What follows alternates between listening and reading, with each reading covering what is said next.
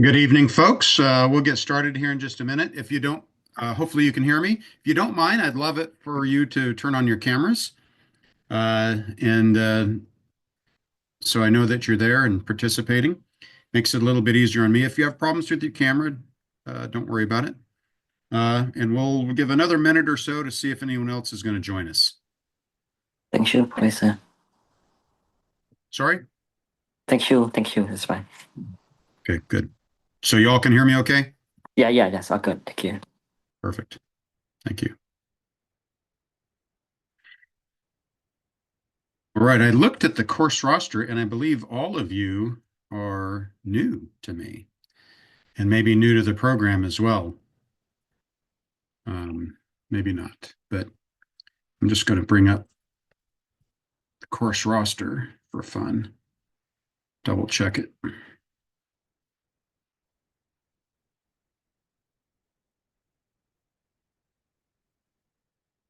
$18 of you. That's bigger than most of my summer courses.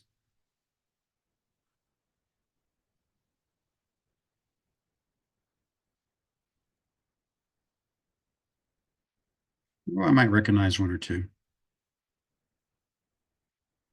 Very good. Oh, I thought I had them. All right. That was a gnat. Okay, so we'll go ahead and get started.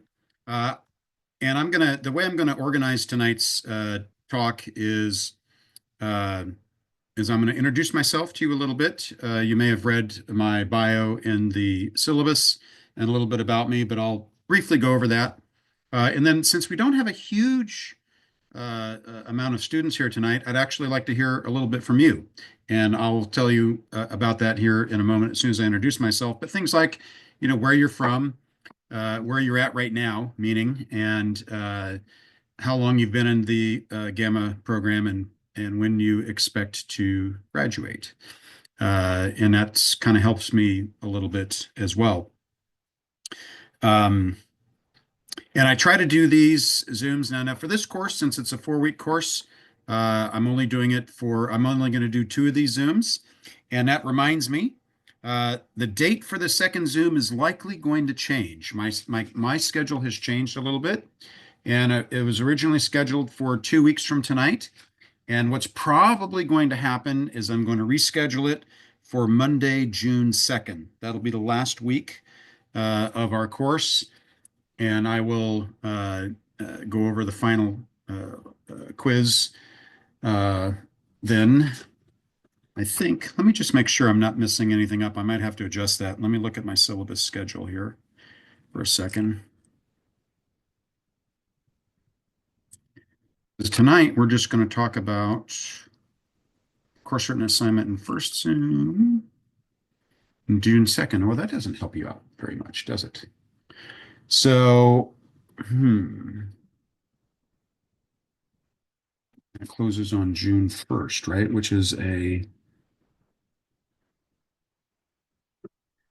Well, TBD. I'll figure that out. The reason is I'm out of town the 27th through the 29th, and I get back in on Friday the 30th. So I won't be able to do a Zoom, and that was perfectly timed to do it then. What I may end up doing is doing one next week, and then maybe one on the 2nd. So just let me just write a note here. Zoom dates. So I might end up doing 2 more just to accommodate, because I like to do a review for the quizzes, and I think it really helps out students. And it's not to help you out that much. I mean, of course, I want to do that, but also I want you to understand the material. And when we go through that, we kind of go do a little bit of review of the material as well. So tentatively, let's say that I might be doing a Zoom next Wednesday, the 21st at 8 p.m.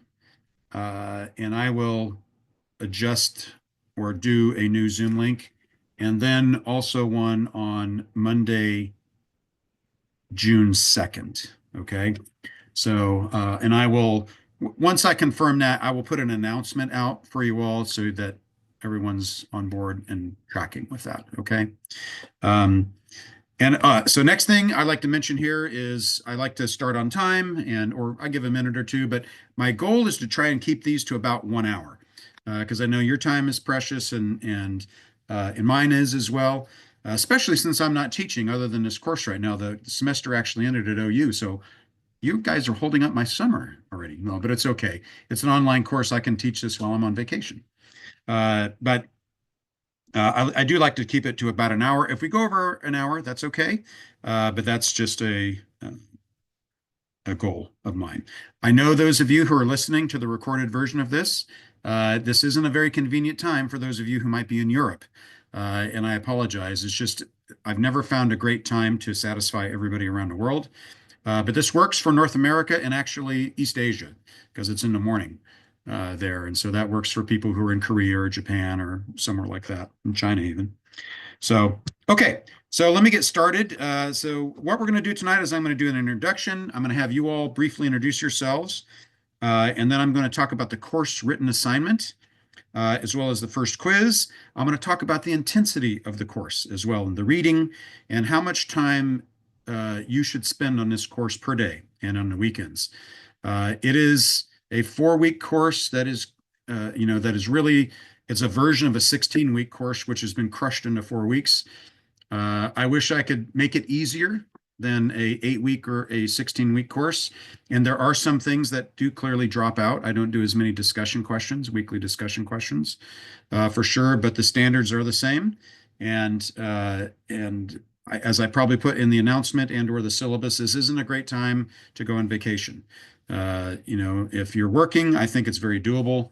If you're on deployment, I know some of you are in the military, you might be on deployment. I'm not going to lie, it's going to be tough.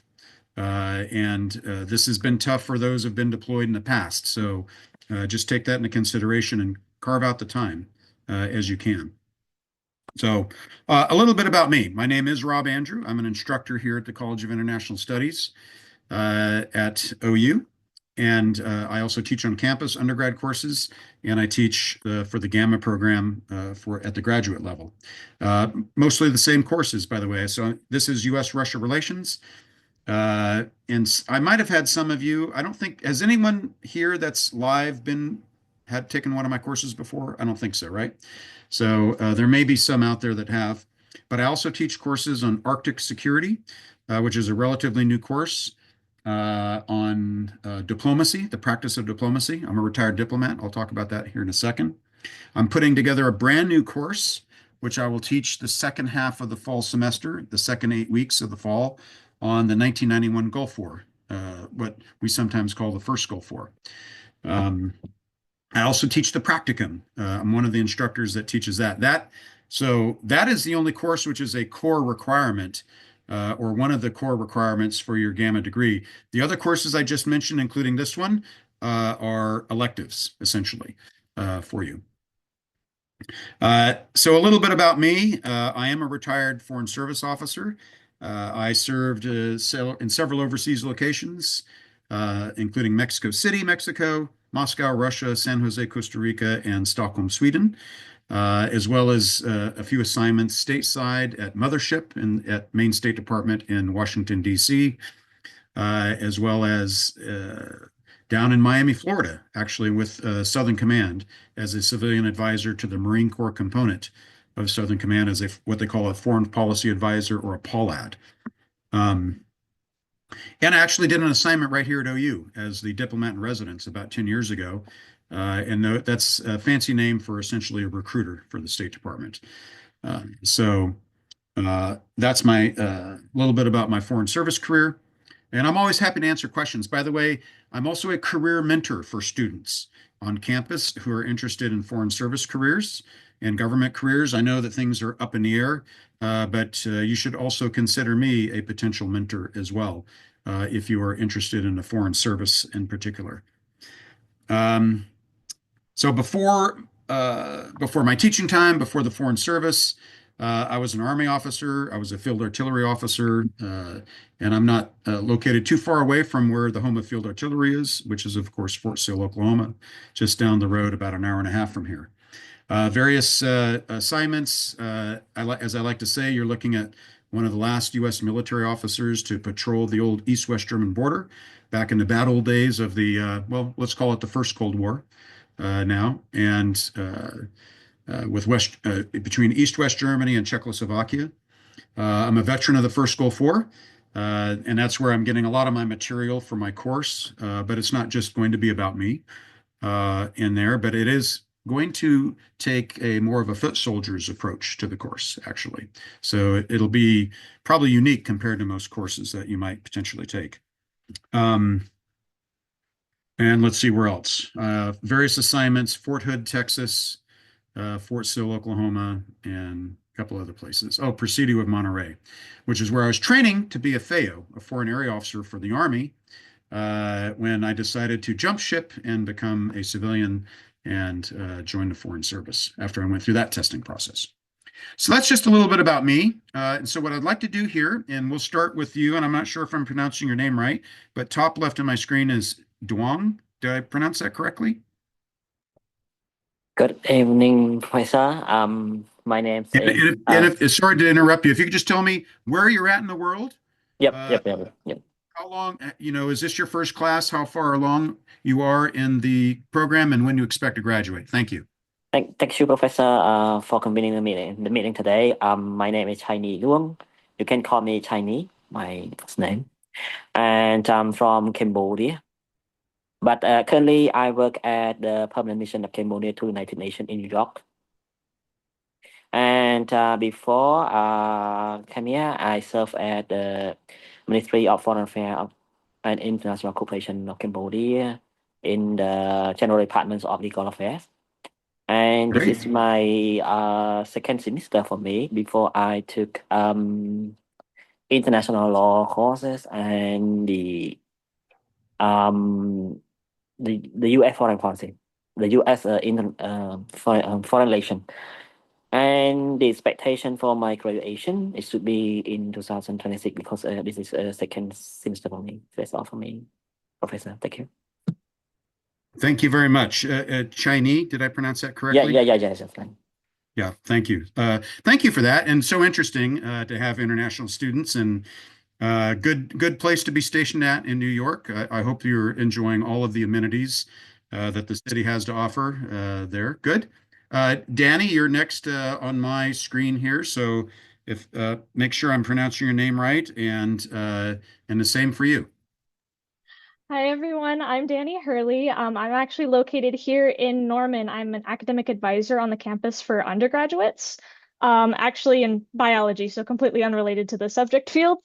This is my third semester, I believe. I started in the fall, so this is my third semester in the program, and I expect to graduate in fall 2026. Very good. Now, you're not relation to Kyle Hurley, are you? I do not believe so. That is at least not somebody who's in my immediate family. Yeah, the reason I mention that is I'm a Rotarian here in Norman, and I was president of the Norman Rotary Club. But one of our members, who's also been a past president, his name is Kyle Hurley. He's actually one of the administrators at Norman Regional Hospital. He's in the medical field. So Okay. anyways, nice to meet you, and thank you for that. And by the way, I do offer, as particularly for those students who are local, whether they're in Norman or Oklahoma or Oklahoma City, and they find themselves in Norman. If you ever want to get an office call with me in my office, I'm happy to do that. I'm obviously clearly happy to do a Zoom call as well for those of you who are not in the local area. If you would like, if you have a question. But if you're local, I would much rather meet in person and happy to do that to schedule that. So, welcome aboard, Danny, and Boomer Sooner. There you go. So, and well, you're all Boomer Sooners if you're taking this program. So we'll go to Chris next. Hello, my name is Christian Gonzalez, and I serve as a senior intelligence analyst for the Oklahoma National Guard Joint Intelligence Directorate. I get to advise for strategic planning and policy for General Mancino, who is our two-star.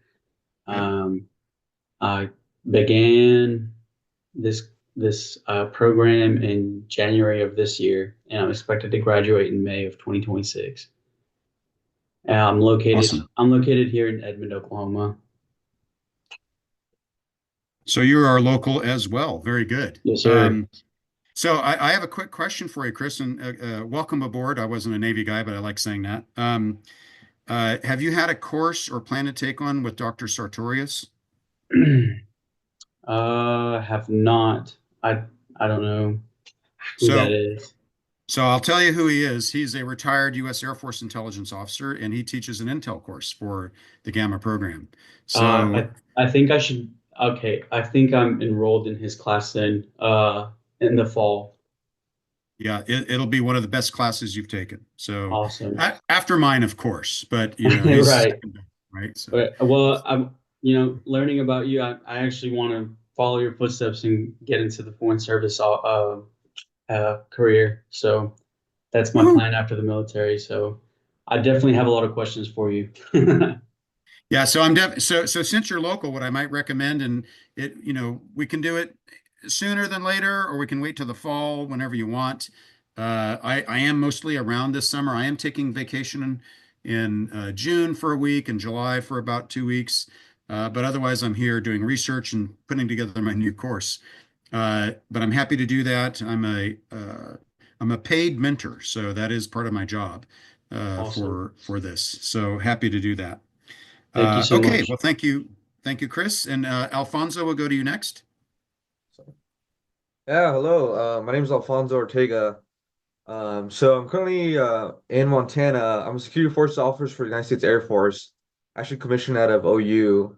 What Currently right year? now, this is last year, May of 24. So just commissioned brand new lieutenant right now.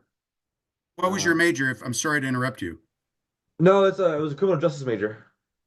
So I didn't run into you, but I've in your Air Force, you said, right? Yes, sir. Yeah, I just went to the U.S. Air Force commissioning two days ago here for OU, and fantastic class. I'm sorry, I was probably at your commissioning last year, and I just didn't know who Oh. you were. Yeah, because I've had a lot of Air Force cadets in my classes on campus. Yeah, awesome. Yeah. So yeah, like I was a criminal justice major. I know a lot of people had Dr. Sartorius, like you said. I met him before. Great guy. He gave us a really good intel kind of brief on the Air Force intel background. It was a very Good. interesting conversation we had with him. No, but this is my first graduate class. Kind of thrown into the fire, to be honest. Yeah, yeah. Um, I don't want to lie. I don't want to tell you guys a lie. This is an intense course. You can do it. It's doable. You yeah. just have to put the time into it, and I'll lecture you all on that more in a little bit. But go ahead. No, but I'm excited for this course. I'm excited for this degree. I'm interested in being a FAO, like you explained. Currently doing part of the language enabled airman program. I speak Spanish on the side, so basically that's kind of the track to become a FAO. You speak another language and then you do all these programs. So I mean that's the plan, that's the future. Foreign service officer, I don't know. I mean, I plan to do a 20-year career with the Air Force, but afterwards I really don't know. I'm open in the air for anything. But I'm excited. I'm excited to start this course. Very good. Well, thanks, Alfonso. Just before we leave you, what's your job in the Air Force? Did you say? I'm a security forces officer. So Right. yeah. Yeah, there are a few, at least two, maybe three from this year's crowd, because we had 21 Air Force cadets get commissioned, and I want to say at least two of them were going in your track. So I know I met so most of them are friends. I mean, they were juniors when I was a senior. So right. I know at least of one. I'm glad maybe there's two. But yeah, the security forces career field's pretty small in the Air Force, at least for officers. Unless it's huge, but as an officer goes by, it's pretty small. It's Yeah. interesting. So. Yeah, it may have only been one. I remember hearing it.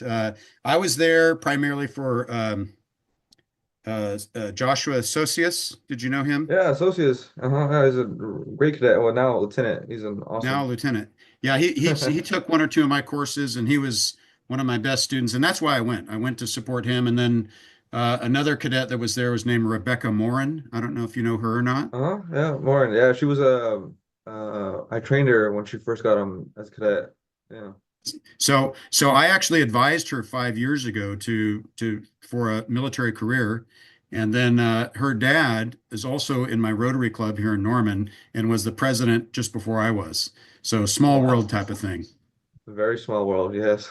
All right. So, well, thank you, Alfonso. Welcome aboard. And Rachel, last but not least, and if you could also share a little bit about yourself. Thank you. Hi, everyone. My name is Rachel Lockett, and I am located in Texas.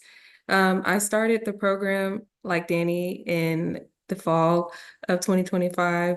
I'm sorry, 2024. And so I should complete the program also in the fall of 2026.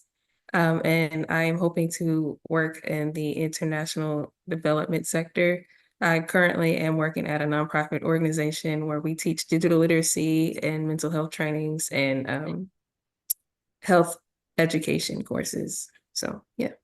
Great. Well, hopefully one day USAID will be back. That would be good. And then, uh, whereabouts in Texas are you? I'm Houston, Texas. Houston. Okay, very good. Yes. As long as you're not showing us, your horns up there, it's all okay, all right? So No, I'm not a Longhorn. it's all good. We're all good here. So okay, well, thank you all. Thank you for that. I like taking a little bit of time to know who my audience is, and I adjust my remarks a little bit. So what we'll do right now is I'm going to share my screen. You may have had a chance to look at the course written assignment. You only have 4 weeks to do this. I don't make it due till the last day of the course, but I must insist that it's due then, mainly because of when I have to get grades in. I wish I could give you a little bit of a breather after that, but so it'll be due on Friday, June 6th, right? That's the end of the course. And I have to have grades in on the 10th, just a couple days later. So I do have a policy where you can turn it in late, but it's a very steep deduction. And if you turn it in on Monday, the 9th, there's no guarantee I'll get to it, and it'll be a big fat zero just because I may not have time to get to it before grades are due. So that's why I must insist on Friday, June 6th. And I don't mean that. I don't say that to be mean to you, but it's a timing issue. And what I would probably do if I were you is this week, probably don't worry about it too much, but start getting the idea going about which topic. And we're going to go over the topics here in a second. And then by the second week, you should have a draft or an outline. The third week, you should have drafted as much of it as you could. And then the fourth week, which I don't bother you with a weekly discussion question, I do in the first 3 weeks, you have essentially from Monday, the June 2nd, 3rd, 4th, 5th, and then all day on the 6th to be able to turn it in and work on it. And that's when you can finish the draft, refine it, edit it, things like this. And I have some exacting standards and exactly what I want on it. And I'm going to talk about that here. So let me just bring up the actual assignment on the topics. This is the substance of the assignment. And then I'm going to talk about that. What you could write on, and then I'm going to talk about the template, basically the format on how I want it. And then I'm going to talk about the checklist briefly. There's a checklist which is mandatory to do when you turn in your paper, and then you attach it as an attachment to the comment section in Canvas there. And that is so you can show me that you've done proper editing and proofreading before you turned it in. And that will help you because you're not really going to get a chance for me to look at a paper, beforehand. This is so short of a course, I don't have time to do that. If you ever take me for the practicum course, we do a first draft and second draft. We just don't have time for that here. So let me share my screen. And if someone could just kind of give me a thumbs up that you can see my screen. Very good. And what I am going to do here is I'm going to put this over here. And you all, is that legible more or less for you all? Can you read it? And by the way, this is on my own drive here. You can find this. I'll briefly go here. You can go to modules, and it's right here, not in the pre-course assignments, the so-called pre-course ones. which is what your first quiz is going to be about. But in the week one, you can see down here at the bottom of the module, the instructions, the template, the checklist.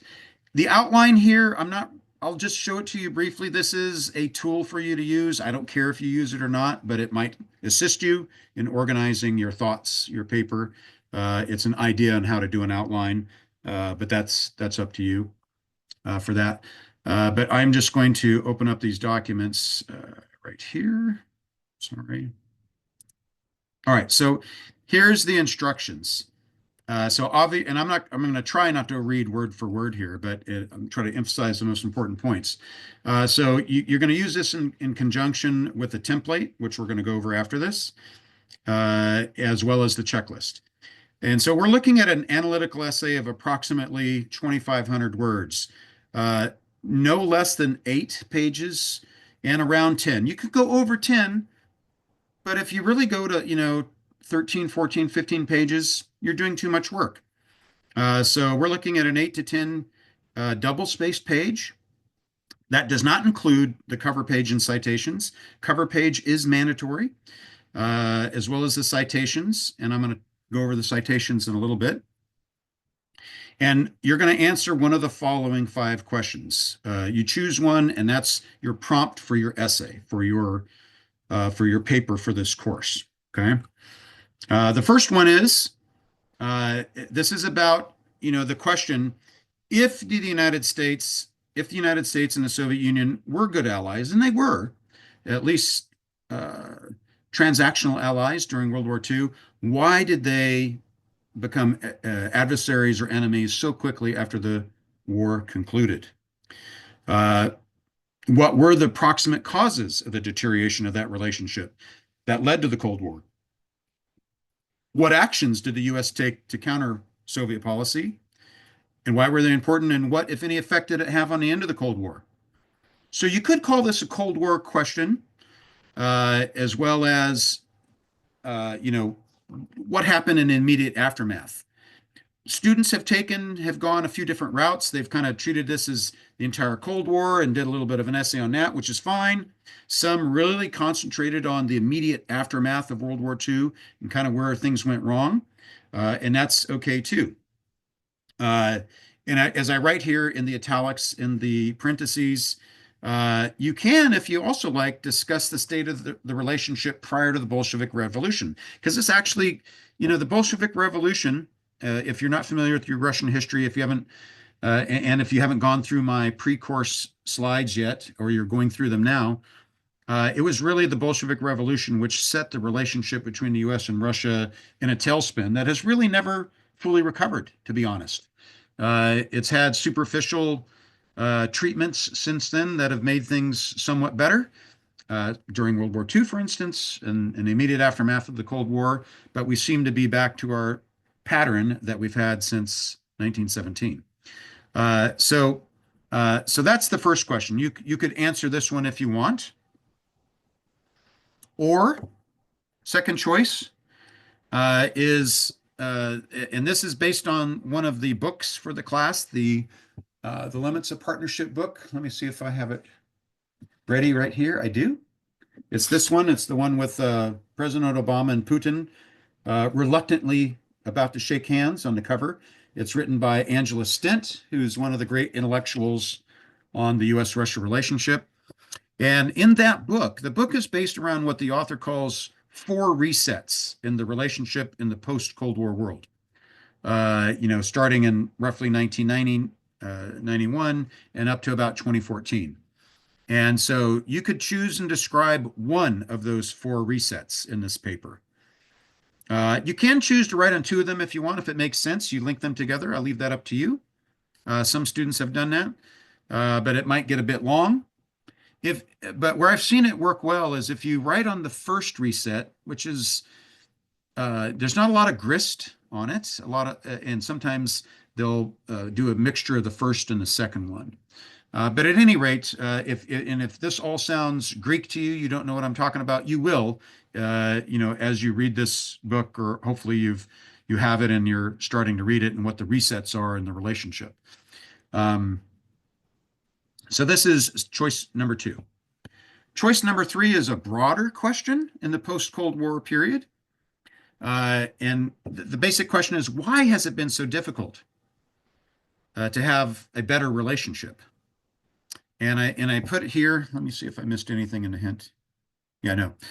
In the hint here, you should consider following questions. What areas of the relationship have worked best in the post-Cold War world? And in the post-Cold War world, time frame, again, is going to be kind of the same time frame as the era of the resets, roughly 1990 to 2014. And what have been the most problematic and why? Why are our priorities so often misaligned? And what actions have strained the relationship by the Americans, by the Russians? Again, this is a great question and is kind of based on the Stent book. Now we get to a little bit more difficult question. Some students choose to do this one. And this is about arms control. If you want to do this one, I would immediately skip ahead to, I believe it's in week 4, where I have a lecture on nuclear arms control and diplomacy. All of the modules are open, and go through that before you start reading, before you start writing on this one. But this is about basically what happens after New START. New START expires next February. And one of the things that I certainly haven't heard a lot of information yet from the Trump administration, Trump 2.0, is what to do next. They've talked a little about it, but there's so much focus has been elsewhere, particularly on Ukraine, which is the next question that you can answer if you want.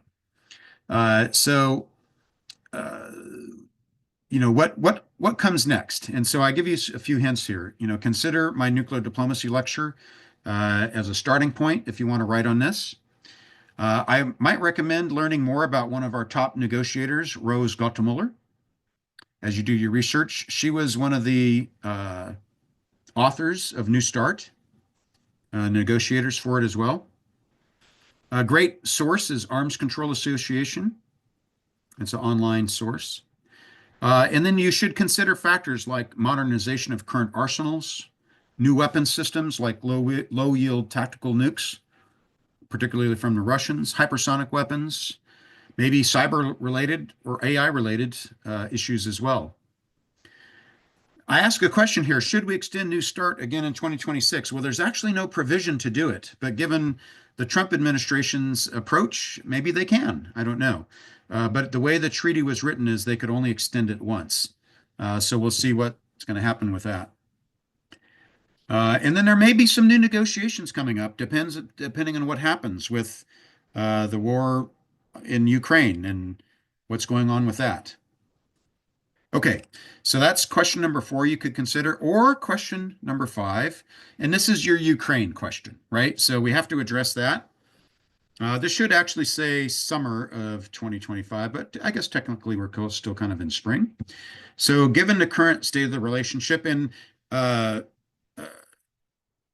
I wrote this, I hadn't really considered any of the potential policy changes by the new administration. So you could factor that into this question as well.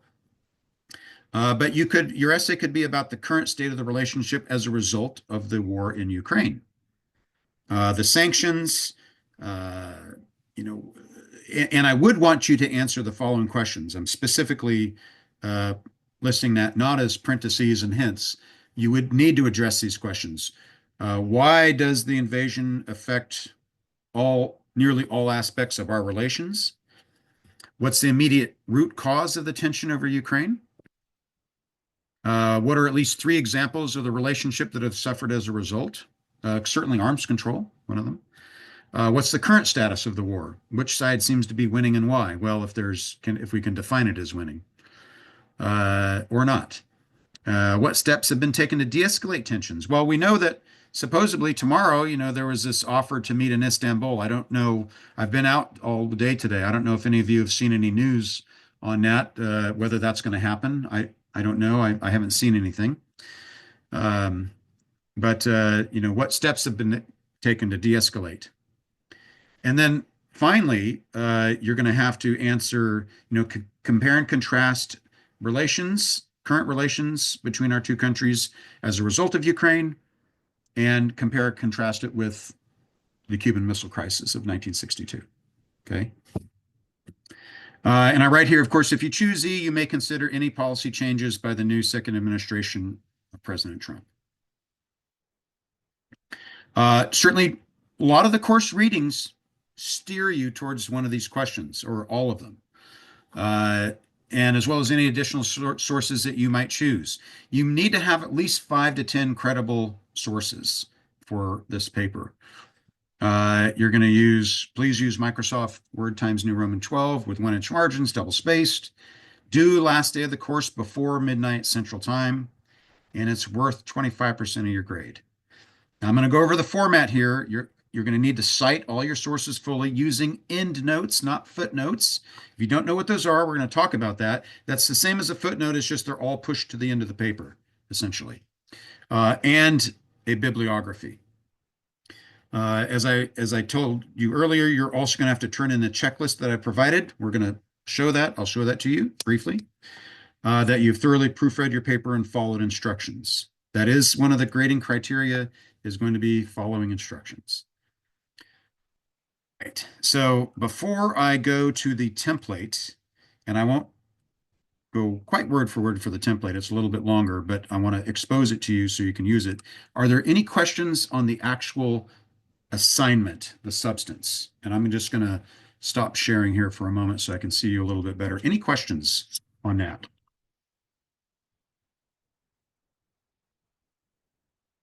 Okay, seeing none, we will drive on. And if you have a question in a minute or two, I'll be sure to address that. Don't worry. Let me go over the checklist last. Let me go over the template first. So what I would do if I were you is I would save as this template and start writing your paper. I've already essentially formatted your cover page for you. The one thing that you do need to do here is you need to insert the question you're answering or the title of your paper, but make sure your title makes it clear which question you're answering. You could say, answering question 1, and here's my title, something like that. Or you could literally copy and paste the question in here. That works too, okay? Your name, and then the course, my name, date.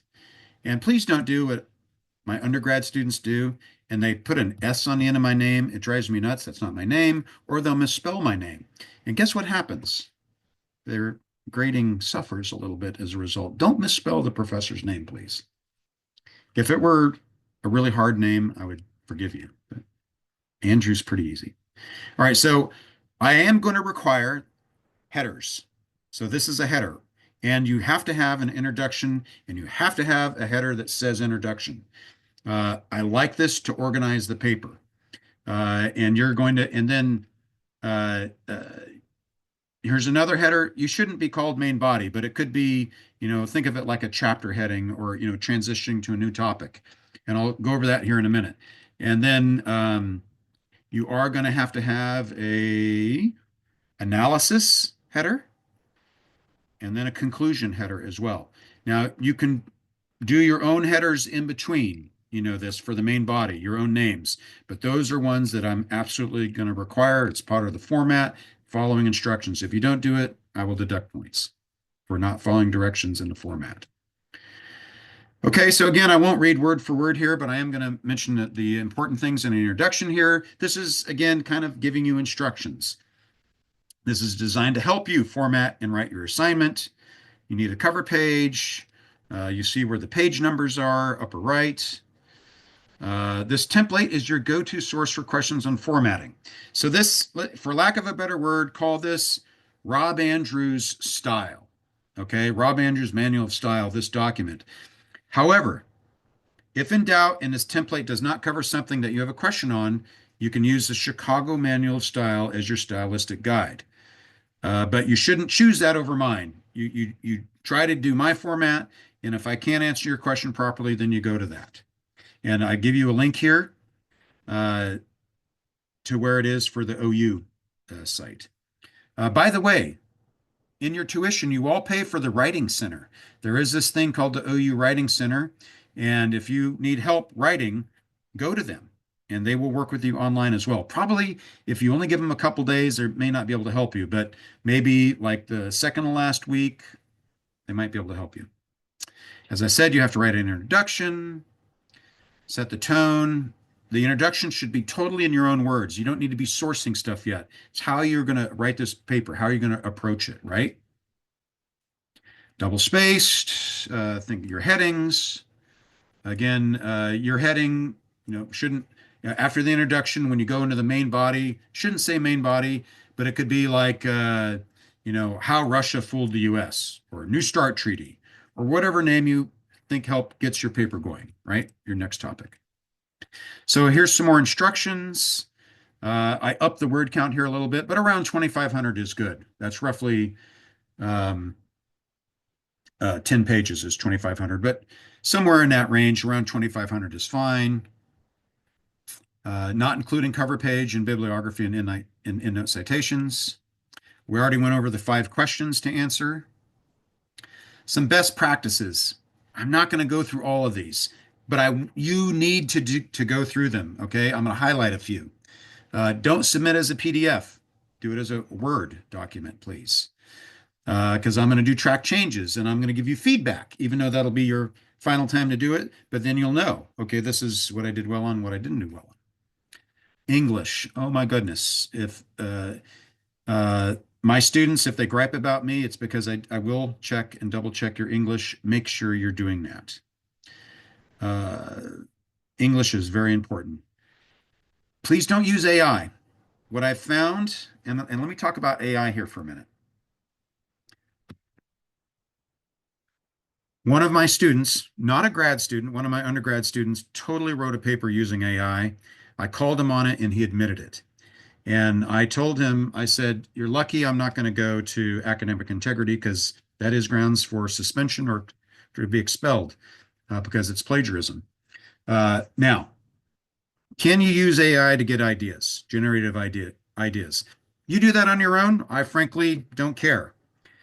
But do not use it to write your paper. I will find out. And my #1 AI detector is my brain right here. And I'm not going to tell you all my secrets. But there are certain gives, there are certain tells with AI papers. And please don't do that for any of the assignments. If you use it to make yourself smarter on the topic, fine. But don't use it to write your paper or your discussion questions or your quizzes, okay? Sorry, I have to be a little harsh on that. And my policy is in the syllabus as well. Okay. Yeah, don't write out United States all the time. To me, that shows you have less substance and you're just space filling. AP style for numbers, in other words, 0 to 9, spell it out. 10 and above, use a number, blah, blah, blah, capitalization. A lot of people, I believe that they must be Germans because Germans capitalized a lot of their nouns. And I see a lot of nouns just capitalized for no reason. Certain nouns should be, like when we talk about the West, the cultural West, and not cardinal direction, it should be capitalized, for instance. Active voice instead of passive voice. If you don't know the difference, Google it. But let me give you an example of passive voice. The dog was walked to the store. Passive. We don't know who's doing the action. I walked the dog to the store. Very clear. Active voice. Credible sources in your research. Credible sources are not CNN, Fox News, and MSNBC. They can be used as a source for a quote, say, from an interview with the president, the NATO Secretary General, Vladimir Putin, Zelensky, whatever, fine. But the intellectual part should be a credible scholarly source like Foreign Affairs, Foreign Policy, think tanks, Brookings, Hoover, Rand, FPRI, respected periodicals like Wall Street Journal, New York Times, even the Post, etc. Okay. Do not use my lectures as a source. Okay. When I did my research, I found my information somewhere else. So my lectures are not a scholarly source for you. Go and find the actual citation or the information somewhere else. A lot of it you can find in the books that I provide. Be specific, detailed, and precise in your writing. Try to avoid the flowery language. It doesn't really help. Get to the point. Acronyms, some you don't need to spell out, US, UN, NATO, maybe OSCE, but if there's an unusual one out there, spell it out just in case. I do provide Grammarly here. Now, here's the problem with Grammarly. Grammarly is a great resource for you, but it has an AI function too. And one of my students who was not really cheating used it to improve a paragraph recently on one of her papers, but she didn't reread it. It went in, it used words that she would never have used, like in tandem, the weaving of the international system, blah, blah, blah, blah. I said, no student's going to write that. So if you use Grammarly, and I don't approve of you using the AI function, but if you do, make sure it's in your own words and you fix it. All right. Citations. Let's get into citations. You must use endnotes. And endnotes are going to be pushed to the very end of the paper. Your main report, your main part of your essay, and then your bibliography, and then your endnotes. Okay? That's how I want it organized. If you don't know how to use endnotes, you can Google, how do I use endnotes in Microsoft Word? And it's very easy to follow. They're just like footnotes. The reason I don't like footnotes is they really break up each page. And half a page can be used by a footnote, and it should be pushed to the end. That's the way I want it. So I use an example here. The Obama reset's most important achievement was the signing and ratifying of the New START Treaty in 2011. And you can see I have a footnote here, or an endnote, and it's been pushed all the way to the end of the document. Ooh, and there it is. And this is how an endnote should essentially be formatted. The author's name, the name of the book, where it was published, the year, and what page you're quoting from. And you can see that IBID, I did it again up there. If you use a link, that's fine. It should have similar information. Don't need the page number, but you do need to tell me the date you accessed it. Okay. Let's go. So endnotes, please. I push them to the very last page of the document. All right, so that's about citations. We're going to talk about bibliography here in a minute. So the second to last section of your paper should be analysis. And this should take about a page in your 8 to 10 page report near the end. And this really needs to be your personal analysis of an assessment dealing with the effectiveness of the policies that you've been talking about, or historical analysis. This shouldn't be a history paper per se, but it can be, you can have some historical analysis. Maybe a little bit of the so what, why is this important? And included it, and then you need a conclusion. So kind of a standard conclusion. You need this section heading like this as well. And you're concluding. You can do a little bit of wrap up, a little bit of summary if you like. That's okay. Probably takes, I would say 2 paragraphs is probably about right for a conclusion, sometimes 1.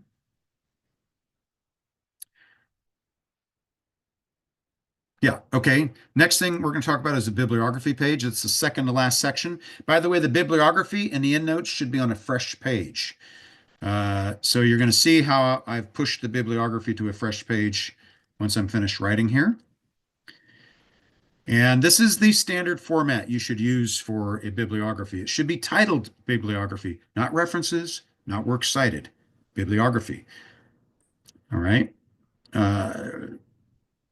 You have some great resources in the class that I've given you, from your required reading to the additional reading.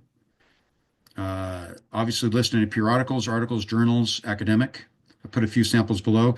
And now people ask me, what's the difference between a bibliography and endnote citations? Bibliography is just the source. It's not necessarily a page number, and you might not actually cite from it in the endnotes.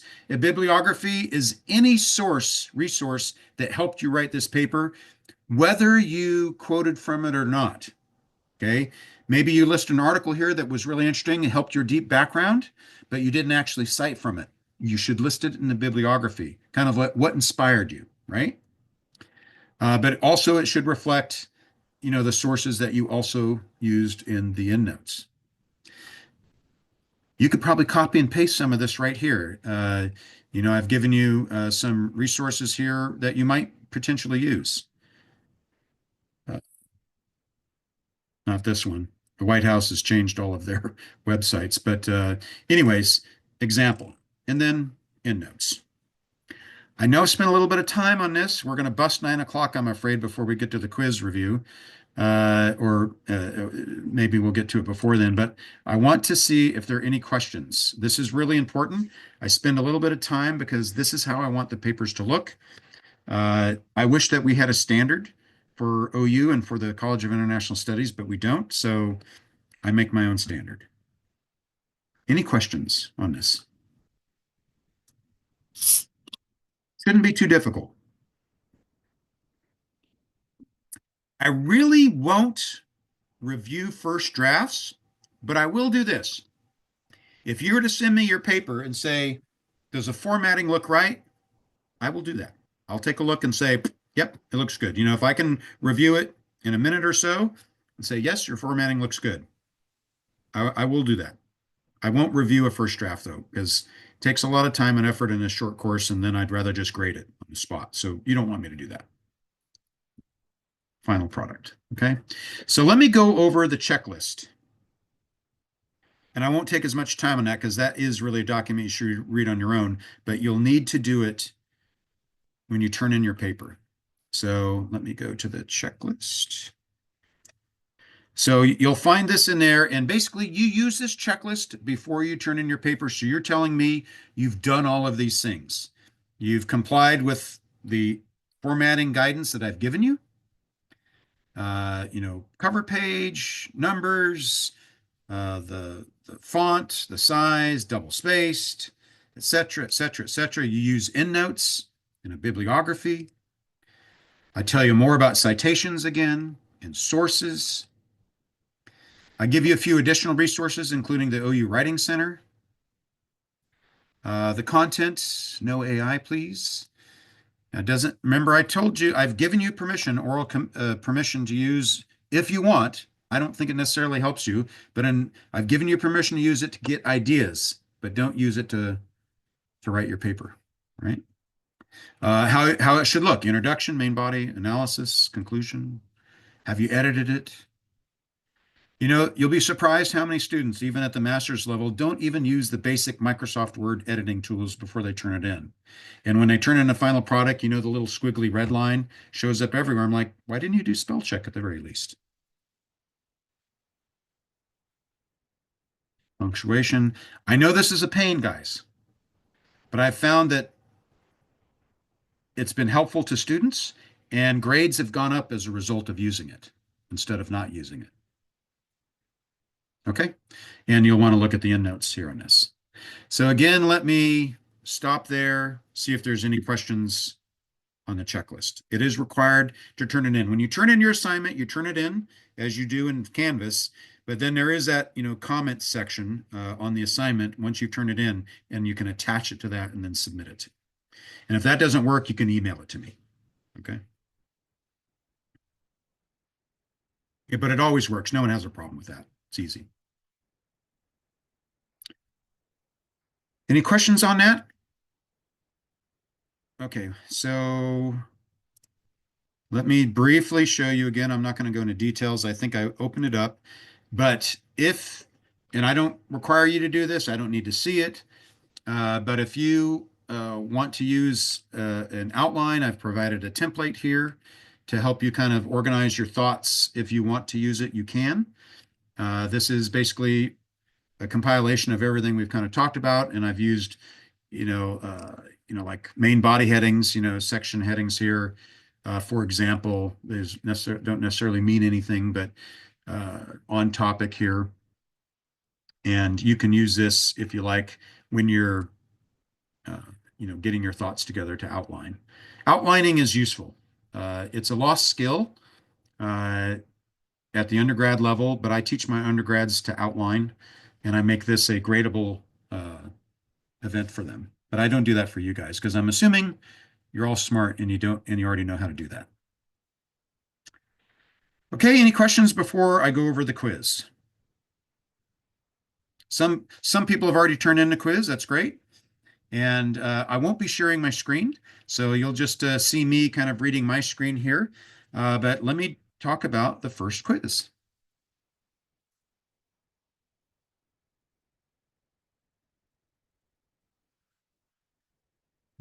Where did it go? Okay, there it is.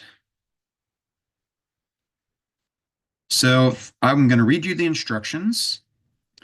This is your first quiz during the first week of the summer 2025 Gamma U.S.-Russia Relations course. Most of your answers will be in the form of short written responses, along with a few multiple choice questions and one true false. The questions are generated from the readings and lecture slides from the pre-course readings and slides. Okay, so not from week one that we're in now, it's the pre-course stuff. Now, if you didn't do it pre-course and you're kind of going through both pre-course and first week, that's fine right now.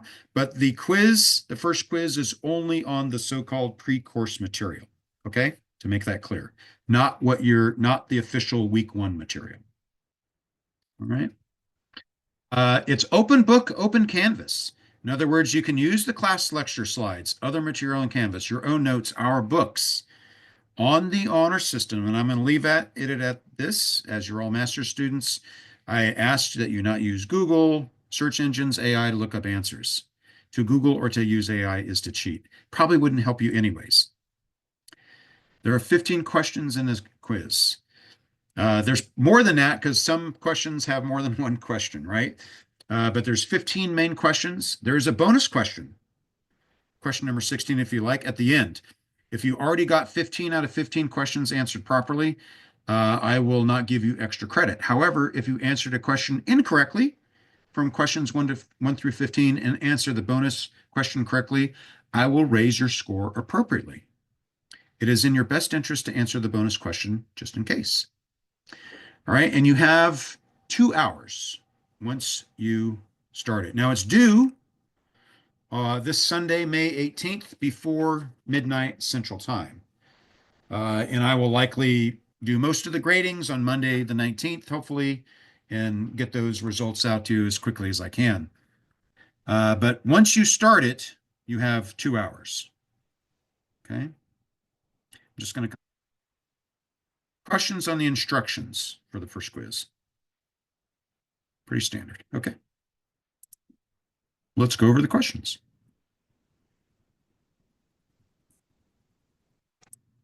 So the way I'm going to do the review is this. I'm going to mention the question number, how many points it's worth, and what type of question. You know, is it short answer? Is it multiple choice? Things like this. You'll see that some questions are worth more points than others. That means they're weighted more. You know, probably your short responses, you know, that I have to go in and manually grade are going to be worth more than your multiple choice questions, because multiple choice questions are usually relatively easy. All right, so question number 1 is worth 8 points, and it's short answer. And there's actually 4 questions in it, but they're all related to each other. And short answer could be 1 or 2 words per answer. And the question is basically about the so-called first Russian state. Some might say Slavic state. And the question is about that. You know, what was its name? When was it formed? Who formed it? When was its zenith of power? So we're talking about history, right? Long time ago. All right. And again, remember, this is probably going to be right up front in your pre-course lecture slides. So that's question number 1. Question number, and that was short answers for each of those. Question number 2 is worth 8 points. It's a multiple choice. Oh, I'll give you a lot of points for a multiple choice. And this is going to be, you will have seen references to what I call the 4 great invasions of Russia. There have been many more invasions of Russia in its history, but what I consider the 4 great ones. And the question is going to be about that. And it's it's on that topic, and it's multiple choice. Okay. Question number 3 is worth 6 points, and it's short answer. There's actually a few questions in there. but their short answer, you need to read it completely through there. But it's going to be about the term Third Rome. It's about the term Third Rome. Okay. And there's a couple of questions about it in there, and you need to be able to answer it and be specific. Question number 4 is worth 6 points. And short answer, and it's about the Tsar that is considered to be the westernizer of Russia. Okay, these are a lot of history questions, right?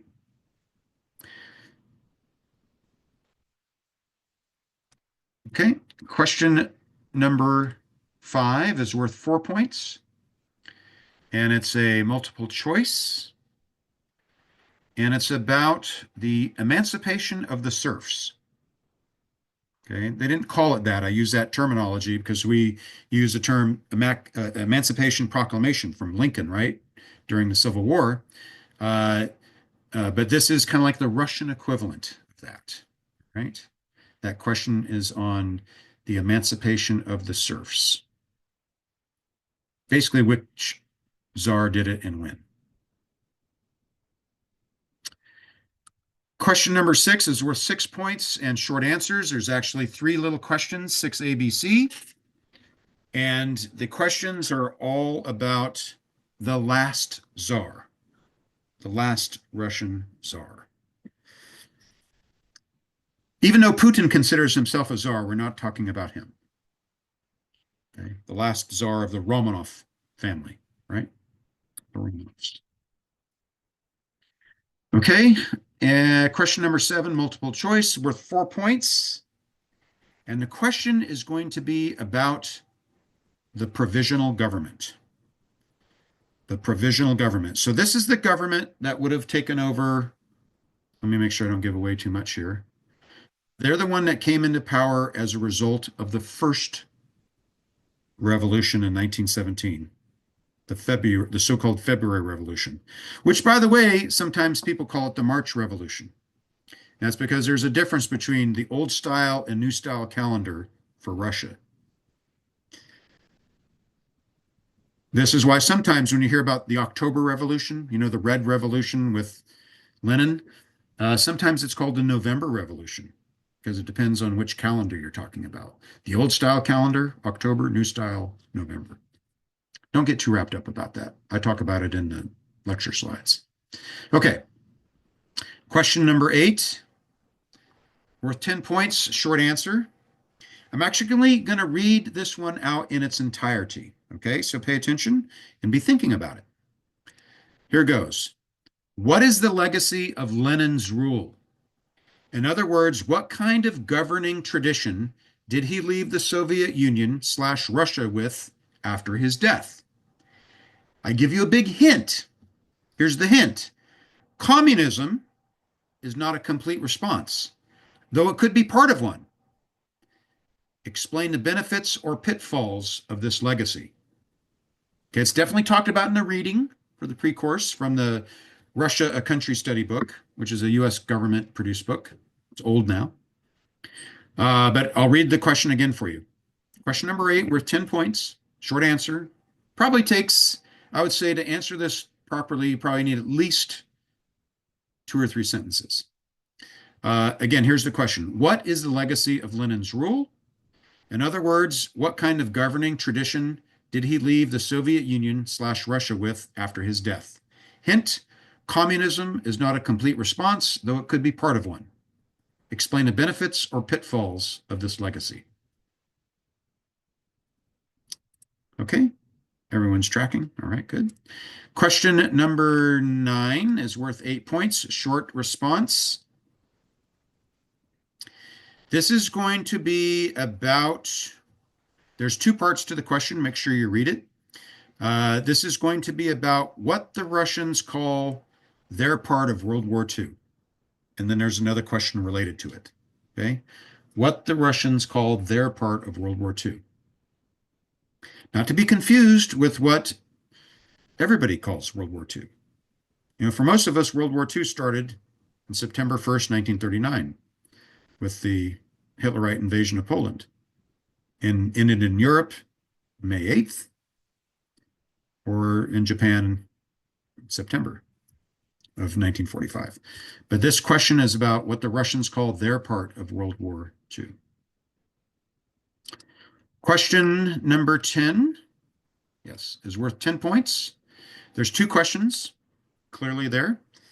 And this question is going to be, both are related to the Nazi-Soviet Non-Aggression Pact of 1939. Speaking of 1939. Okay, the question is going to be on that topic.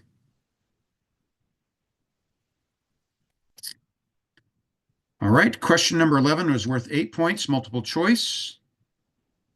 It's a question about what Khrushchev famously did at the Congress of the Communist Party in 1956.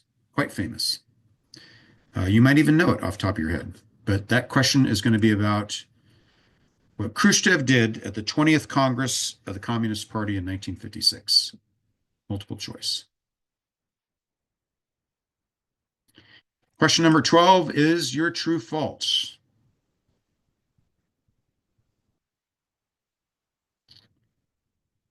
And I'm just going to say that it has to do with the Helsinki Final Act, or Helsinki Accords of 1975. Okay, need to get a sip of water just a minute.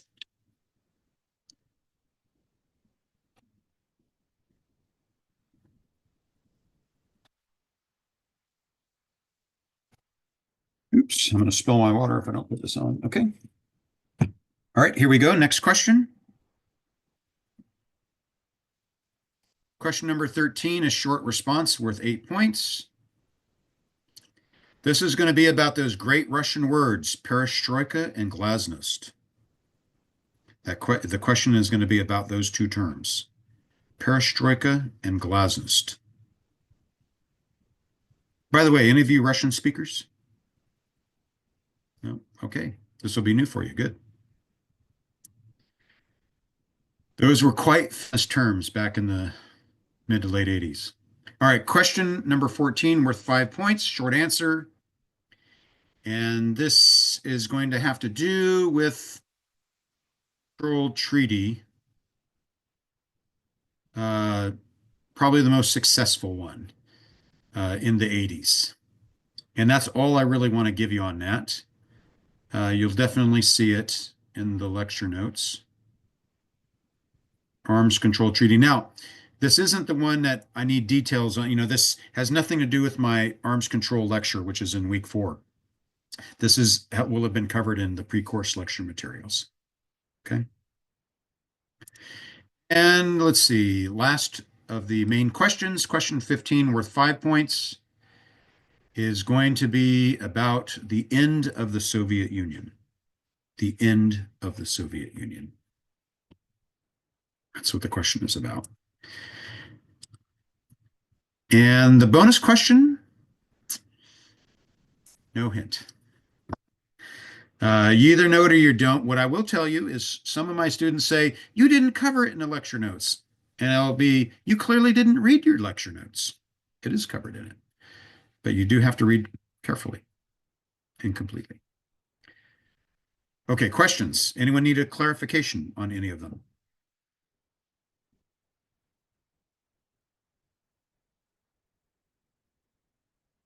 Good. You guys are smart. So let me just see if there was anything else. Okay. I will wrap things up here. We did bust our time here a little bit, but that's okay. I always do that on the first one because of the introductions. They take a little bit of time. So the last thing what I want to do is talk a little bit about the course itself overall, and then do a quick summary of what we've discussed tonight. And then if you have any other questions, and then we'll wrap it up. Shouldn't take more than 5 more minutes. Make sure you do the reading. That's why I encourage students to get the books early. You know, I couldn't officially start the course before it officially started, but I encourage you to read early and to do it if you could. If you could not, that's okay. You can still do this, but it is an intense course. So this first week, particularly if you haven't started before now, you have that pre-course lecture to go through in week 1. So it is important that you do that. Students will ask me, well, how much time should I spend on this? And there's no precise answer. What I will tell you is this: if you wait till the weekend to do this, that's probably not the best way to approach the course. I would try to do a little bit every day, even if you have a full-time job, even if you're deployed, even if you are, very, very busy.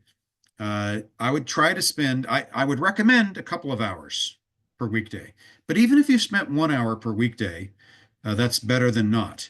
And then on the weekend, I would recommend 2 to 3 hours each day on the weekend. So carve out some time away from your family. I know that's tough to do, especially with little ones if you have them in the house. But try to do that. And don't try to cram it all in on Sunday, right? For your weekly discussion question, the idea would be do the weekly discussion question during the week. People comment on it, and then, and I want you guys to interact for the weekly discussion questions. Matter of fact, I should talk about those a little bit. I didn't, and let me do that in a minute once I'm done with talking about the course overall. So 1 to 2 hours per weekday, 2 to 3 per day on the weekend probably is going to be adequate. I would recommend spending more time than that, but that's probably adequate time to do that. If you can avoid being on vacation right now, these 4 weeks, I would do that. It's tough to do it while you're lying on the beach sipping pina coladas down in Costa Rica. Okay, it's a nice thought. Yeah, let me go ahead and talk about those weekly discussion questions briefly. I forgot to talk about those. There's 3 of them. You have to do all 3 of them, right? The 4-week course. And so let me just let me share my screen. So you can see this is my assignments tab. Your version of Canvas may look a little bit different, but there's the first quiz that we just went over. Here are the weekly discussion questions. There are 3 of them. And, you have to do them.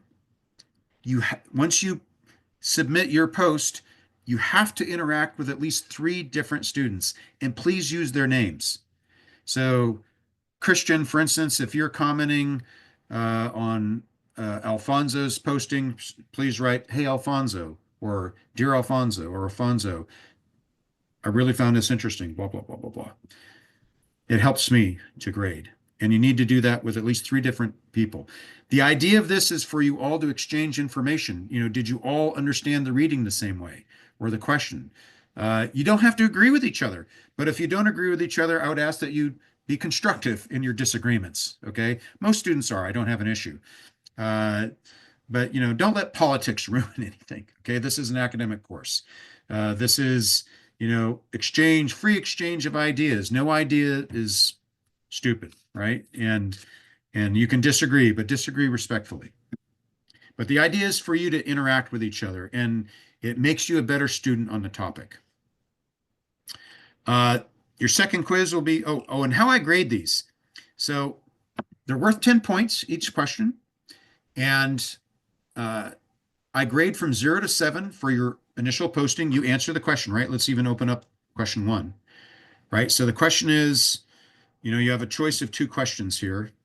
I won't necessarily read them, but one is about the relationship during the 19th century, and then the other one's about the relationship during World War II. So you could choose one of those to answer. You don't answer both, just choose one of them. And so I grade you on your initial posting, which should be at least 200 words, not more than 400. And I grade you from 0 to 7 on that. Most people do well. And then I grade you from 0 to 3 on your interactions with at least 3 different people, 3 different students.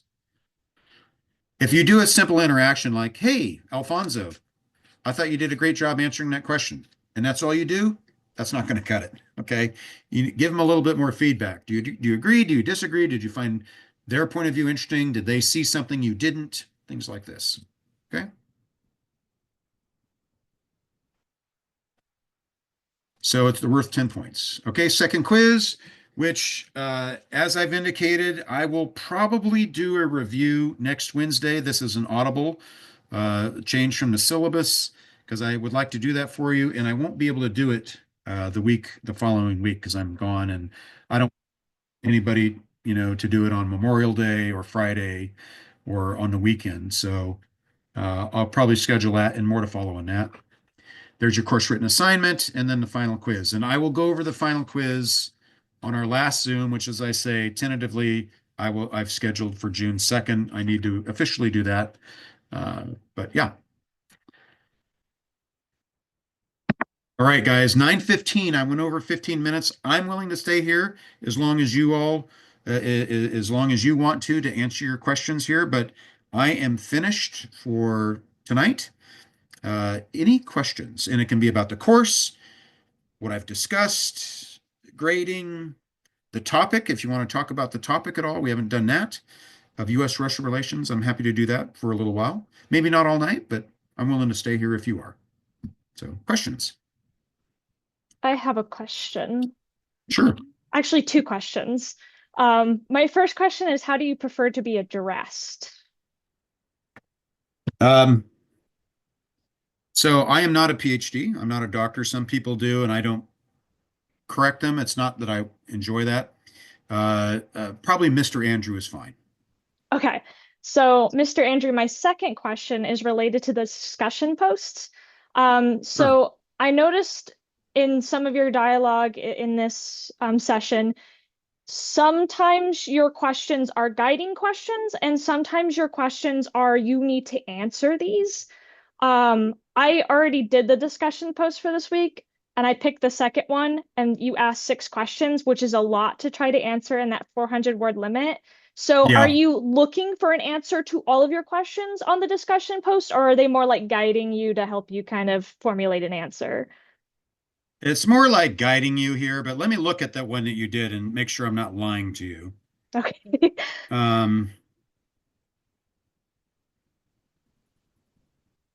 So yeah, so in your response here, I said, in your response, consider the following questions. So that's guiding, right? Okay. So that's fine. If you don't answer everyone, that's okay. And I'll be honest with you, my grading on these is pretty easy. If you're putting together some sort of logical response to the question, you're going to do well. Where people don't do well is in interacting with the other students. They either only do it with one, and then I score it as an 8, because it's 7 plus 1, because it's 1 for each. You have to do at least 3, right? So that's where people generally don't do well. Here's another thing that some of your predecessors have done is they've used AI to answer the question and in discussion questions. And that's not the point of the discussion question. The discussion question is for you to read the material and go through it. And let me just see here. See, discussion questions, let me just share this so you can see it literally here. And I'm sorry I'm going off on this tangent, but you can see right here, the discussion questions are worth 25% of your grade. I used to have it worth 35.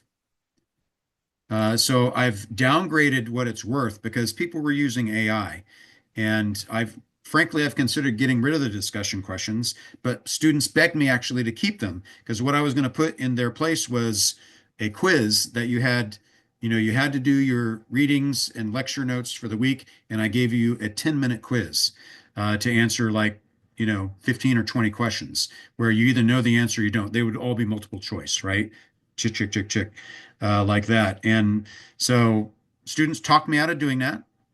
Professor Sartorius has gone to that style because he was very frustrated with students not doing the work and giving it to AI.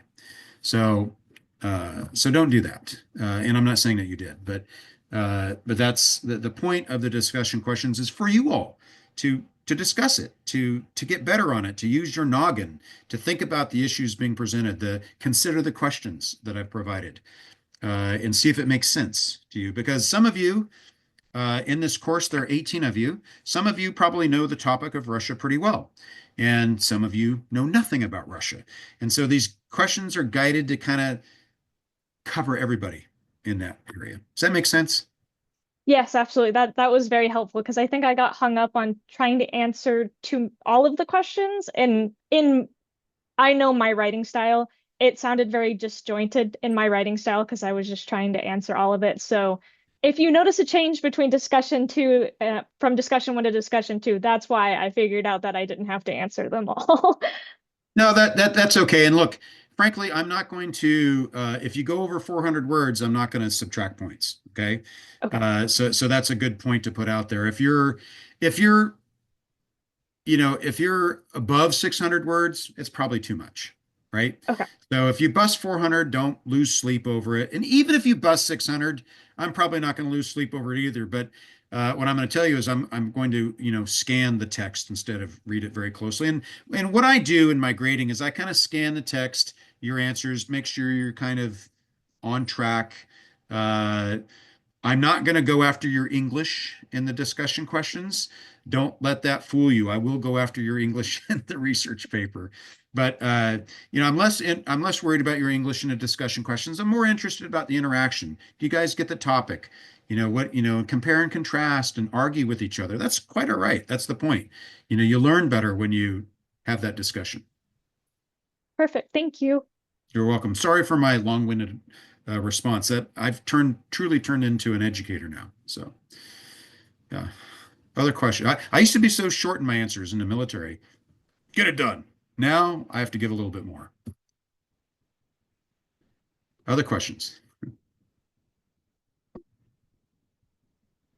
All good? Okay. Mr. Andrew, I have a Yeah. question, but it's more on the topic, so it's not on the class. So I don't know if the other students want to stay. They don't have to stay. I don't know. I don't Yeah. know. So before you ask the question, let me just say, let me do some wrap-up remarks, and then I can answer questions like that. So if you need to go, go ahead and go. Just remember, I'm likely going to have a Zoom next Wednesday and on Monday the 2nd, and I will put out an announcement on that here in the next few days. Okay. So welcome to stay. And if you're just curious in the topic, want to listen in, or if you have another question, but it's officially ended. So and if you need to go, go. Alfonso, sorry for the interruption. Go ahead. So mine's really on the New START treaty. So I'm stationed at Malmstrom Air Force Base, which is like the nuclear mission there. And so we have to deal with the New START treaty very closely. And I was wondering, what do you think about that? Because recently, what we're dealing with right now is the old practice was Russia will send their inspectors to us, and we will send inspectors to them, and we'll inspect each other's weapons. And more recently, we haven't done that. Russia and US have not done that at all. So We haven't done that since before COVID, actually. Right. Yeah. So it's been for a while, and so and we're looking at that, and we're having a topic like, are we gonna do the New START treaty again? Having a conversation around like my other peers, my other colleagues, like I think it's important. I think we need to do it just because having another arms race, especially a nuclear arms race, is probably not a good idea. And I was wondering, like, what do you think about that? Yeah, no, thank you for the question. So I'll start answering your question how Rose Gottemuller would. She's a very expert on this. It's in our national security, in the interest of our national security, to get arms control right. It increases our security. And a little bit of history, at the height of the Cold War between the US and the Soviet Union, we had 70 or 80,000 nuclear weapons. Ridiculous. Once we discovered that, well, we only need about 1,000 each to completely destroy each other in most of the world. So that's why you started seeing the limits of or the reductions, not the limits, the reductions of strategic weapons come down because they made sense for both sides. And it was in our national security interest because they're costly, they're expensive, as you know, and in fact, some people would say that forcing the Soviet Union to spend a lot of money on military stuff helped them crumble, and there is some truth to that. But I think it's, one of my heroes, and mainly probably because I grew up in that era, would be people like President Reagan and General Secretary Gorbachev, because they realized that they really needed to move arms control along and get it right. And the famous term, trust but verify. So we can trust each other, but the best way to trust each other is to verify, to go in and do those intrusive inspections and do data exchanges. Like what's the circumference of the O-ring on the Minuteman III missile or whatever. Those are pretty typical questions. And it builds confidence. These are, CBMs, confidence building measures. And, when we'll share data, we'll test launch a Minuteman III now and again. The one aspect I think is still active is because of the 1988 ballistic missile test agreement, we still notify each other when we test missiles, because if we don't, could that be a secret, first strike by the Russians? And so they don't want to just start launching test missiles and our reaction to be, what? Okay, we need to dial up Alfonso, turn the key, dude. Let's go. Let's get it on. So yes, I think it's extremely important to get back to some sort of new start or start four or whatever we want to call it, and have that kind of trust and reliability. But the Russians aren't just going to come to the table if they think it's not to their advantage to do so, and that's going to be the problem. And we need a convincing argument for it, like we're modernizing our nuclear warheads. We have better systems in place. Whatever the case may be. And I'll be a little bit critical. This isn't political, but I'll be a little bit critical of Trump 1.0, the first administration. They messed around with it too long, and they didn't get the extension in because they wanted to include China in on it, which I think is smart. But you might have to, deal with the Chinese separately. The Russians don't want to deal with the Chinese, so they want to deal with us. Right. And they don't want China part of this agreement. And when Biden administration came in, within 2 weeks of it, they got New START extended. And then, of course, we didn't do inspections because of COVID. And then after, kind of as COVID was ending, the Ukraine war started. The Russians were getting a little, frisky, whether they wanted to restart it or not. And then finally, a little over 2 years ago, in February of 2023, Putin said, well, we will abide by START treaty, the New START treaty, but no more inspections, no verification inspections, no exchange of data. And that's where we've more or less, I've simplified it a bit, but that's more or less where we're at this point. The devil's in the details, Alfonso. How do we get there? We got to get there somehow. And I'm very worried. It takes years to negotiate these things, and we are 9 months away from this expiring. Right. Another question, I think, just kind of, what do you think? So, we have the new Sentinel project, the modernization of the ICBMs. And, I was thinking about this the other day. I was like, what perfect timing for the US to modernize their weapons when we don't have inspectors out there anymore, And I wonder if the Trump administration or any new administration will look at this and be like, this is a strategic advantage not to maybe restart these inspections just because, we don't want to show Russia our new, ace in our, in our upper sleeve, right? Because it's essentially a new weapon, no one really knows what it is. I know people building it know, but Russians don't know it, our enemies don't know what it is. If we start the treaty and the inspectors again, they're gonna know exactly what kind of weapon it is or what capabilities it is. That's the devil in the details. What do we want to give up? To have some trust, you've got to be able to do that. Right. You don't need to show them everything. If you read, when you go through the nuclear arms control lecture,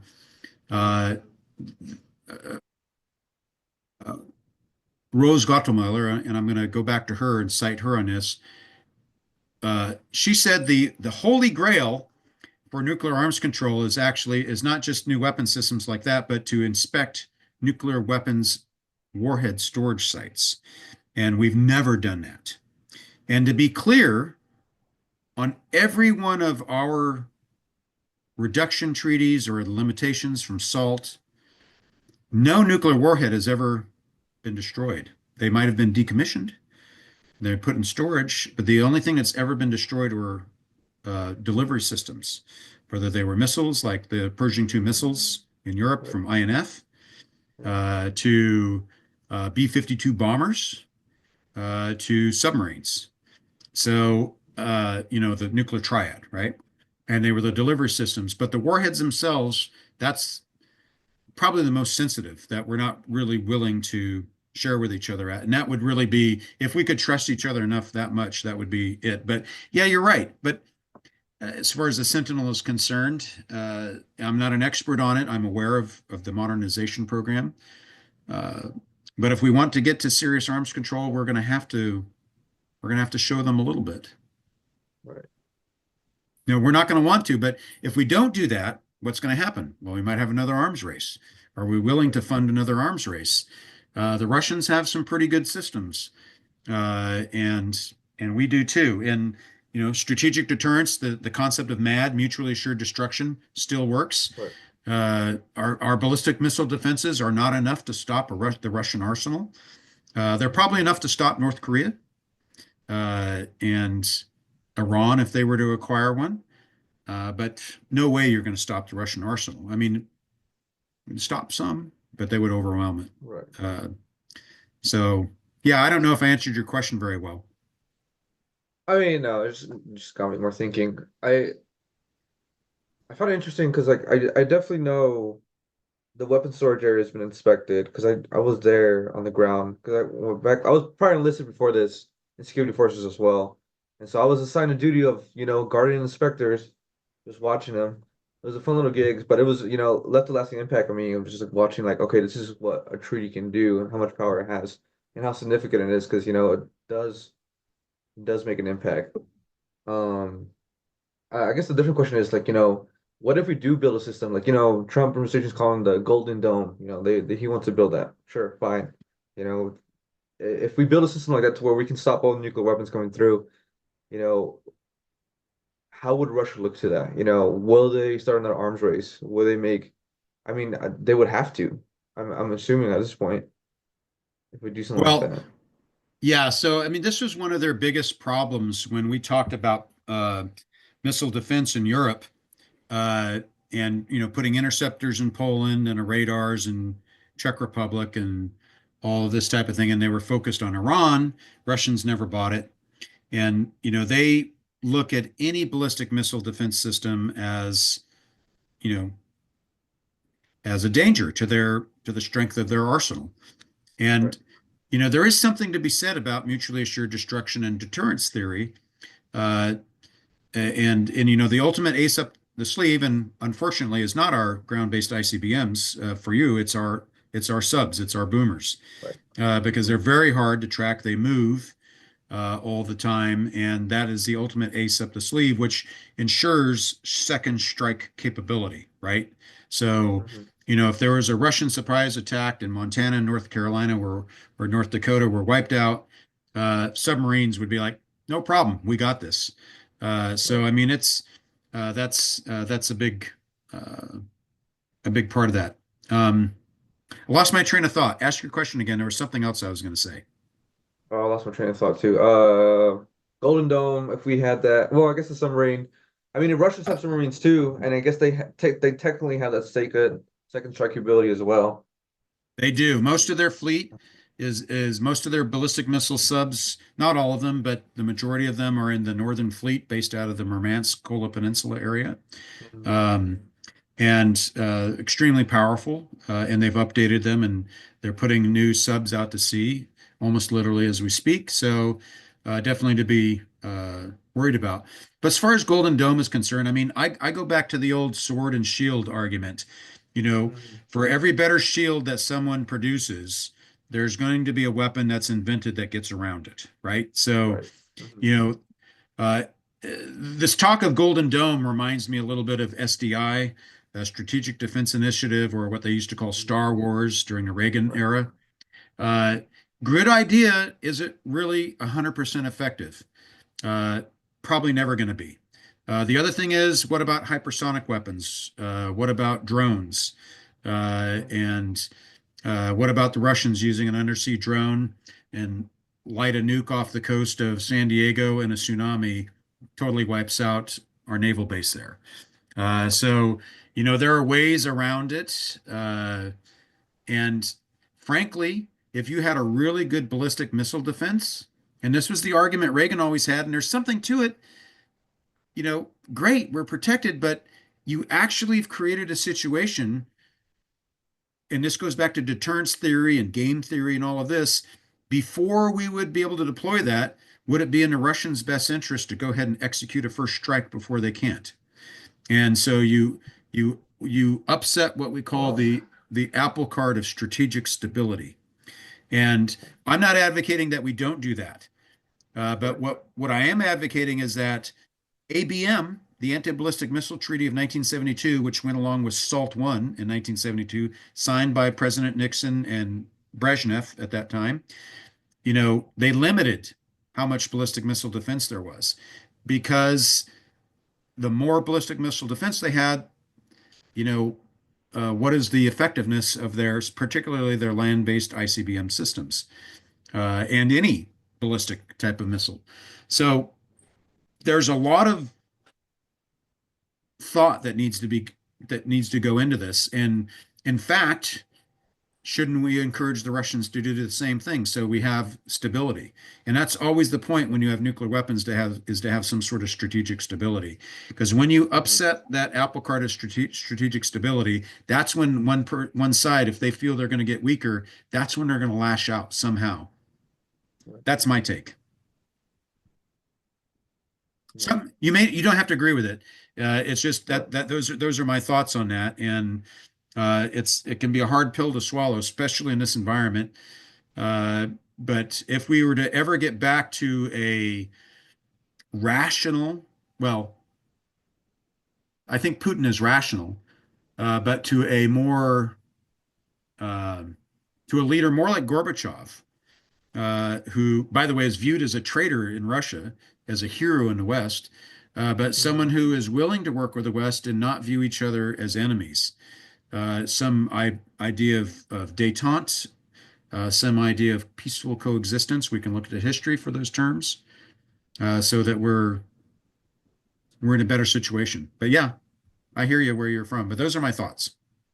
Yeah. Well, thank you, sir. Appreciate it. Of course. Could I comment on this? Sure. Okay, so you speak about you say that Russia doesn't want China in, but there seems to be greater and greater cooperation between Russia, China, North Korea, Iran, to the point where we're even seeing Chinese and North Koreans in the Ukraine fight. Now, I think that MAD is definitely a vector of them not using nuclear weapons against us. But and I wrote this in a strategic threat assessment for the Oklahoma National Guard. I think the biggest threat is adversarial cooperation right now. Now they are developing also chemical biological weapons as well, just because of their understanding that MAD would just be terrible for all of us, right? So that's just a point of view. I definitely appreciate Alfonso's view on this, on the weapons of mass destruction point of view, but I think we need to focus on like the other aspects of Russia as well, not just weapons of mass destruction. And yeah, I don't know what you have to say to that, to like adversarial cooperation and how they've made the strides they have in the Ukraine war, as far as like financial backing. We used the financial bomb, right? So we took away their SWIFT code, but China had already built something against that. And so that's how Russia's still economically standing up. Yeah, for sure. And by the way, I can use another word for adversarial cooperation. That's called an enemy alliance, is what that is. Right. And go figure, they learned from us, because the United States, okay, I'm trying not to tread too much into politics here, but we cannot go it alone. Right. And we need our allies. And if we don't have them, we're going to be torn apart. Russia sees this, but just to give you a little bit of reality, yes, there is this so-called unlimited partnership between Russia and China. My best insights, and this is not just based on my own understanding, but some experts in the field, more in the Chinese part of the world. We should more look at like the Chinese-Russian relationship as a great term, frenemies, right? Friendly enemies, because the Russians really don't trust the Chinese at the end of the day. And what I meant by them not wanting the Chinese in, what I meant by that was not having them in the same arms control arrangements with the United States. The Chinese have also, the Russians have turned to the Chinese to provide infrastructure for the Northern Sea Route above Russia's northern coast. And with the Western divestment and sanctions, oil companies pulled out of there. So the Chinese have been helping develop ports for them, but they don't have free reign of the Northern Sea Route. They have to be escorted by Russian icebreakers or ships. And they really don't trust each other at the end of the day. They are not truly an enemy alliance. They would be, probably your term is better, adversarial cooperation. But I do think it has limits. Quite right about nuclear biological chemical. But, when I was in the Army 30 years ago, 1st Cavalry Division, Fort Hood, we were on the tip fiddle, if you know what that term is. We were on the tip fiddle to go to Korea in case that thing got going. And it almost got going in 1994. And, first thing we knew is we were going to get slimed by the North Koreans, meaning hit with chemical weapons. So it's no surprise that they have them. Biological weapons are particularly nasty. The Russians have been working on that for a long time. Very, very bad stuff. And I'm not sure the state of development for Iran, but somewhere in there, they used chemical weapons in the Iran-Iraq War, for instance. And China, I would assume, also have it. By the way, I made up an acronym to describe all of them. I call that enemy cooperation CRINC, which stands for China, Russia, Iran, North Korea. So you can use that. I didn't patent that term. But yeah, you bring up really good points. Some of this goes back to understanding you can't really face the United States in a one-on-one military match. You're almost going to be overmatched every time. They learned this, and this is going to be one of my lessons from my course on the first Gulf War, is China was paying attention. Russia was too, after they saw their client state of Iraq do very poorly in 1991 with Russian equipment, Russian tactics, or Soviet/Russian tactics doctrine, and decided, yeah, we never want to fight the Americans in a fair fight or, in a desert or head-to-head. So asymmetric warfare, this is really, really where it got its start.